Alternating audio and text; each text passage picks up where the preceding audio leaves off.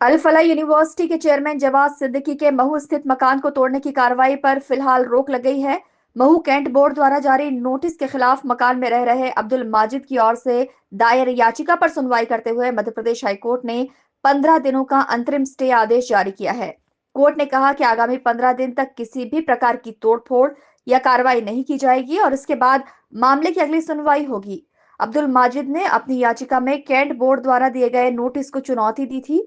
याचिका में यह कहा गया था, नोटिस में यह स्पष्ट नहीं किया गया है कि भवन का कौन सा हिस्सा अवैध निर्माण की श्रेणी में आता है।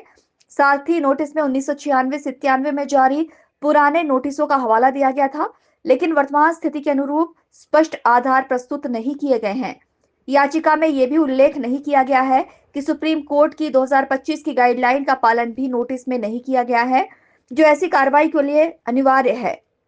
हाईकोर्ट ने याचिका में उठाए गए सभी मुख्य बिंदुओं को आधार मानते हुए कार्रवाई पर रोक लगा दी है। लगाई थी कोर्ट में। देखिए, पिटिशन लगी थी माजिद की तरफ से। माजिद खान के पक्ष में जो प्रॉपर्टी आई थी महू में, जिसको कि तोड़ने का नोटिस आया था, वो जावद से हिबा होकर के आई थी। जावद के पक्ष में इसलिए आई थी कि अब्दुल हम्माद जो थे, अब्दुल हम्माद की डेथ के बाद उनकी फैमिली मेम्बर्स ने एक हत्या लेख करा था जावद के पक्ष में, और जावद ने हिबा करा है प्रेजेंट पिटिशनर के पक्ष में।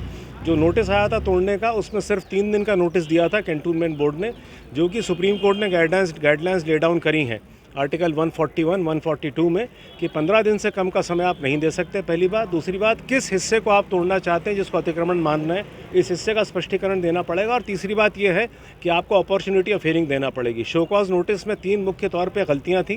पहला ये था कि 1996-97 में शो कॉज नोटिस कहता था कि हमने एक शो कॉज नोटिस और दिए थे 2। दूसरा ये कहता था कि किस हिस्से को तोड़ना, इसकी कोई जानकारी नहीं थी। और तीसरा ये था कि 19 तारीख को नोटिस देकर के कहा गया कि आप अतिक्रमण को 3 दिन में हटा लें अथवा जेसीबी से तोड़ा जाएगा। हमारे तर्कों से सहमत होकर के माननीय उच्च न्यायालय की इंदौर खंडपीठ ने आदेश दिया है कि 15 दिन का नोटिस दिया जाएगा, और उसके बाद अगर पिटिशनर के हित के विरोध कोई फैसला होता है तो फिर उसको चैलेंज करने का, चुनौती देने का 10 दिन का समय दिया जाएगा। अब 15 दिन बाद फिर से इस मामले की सुनवाई की जाएगी और आगे की कार्रवाई का निर्णय लिया जाएगा। फिलहाल जवाद सिद्दीकी को हाईकोर्ट से राहत जरूर मिल गई है। Bureau report, INN news, Indore.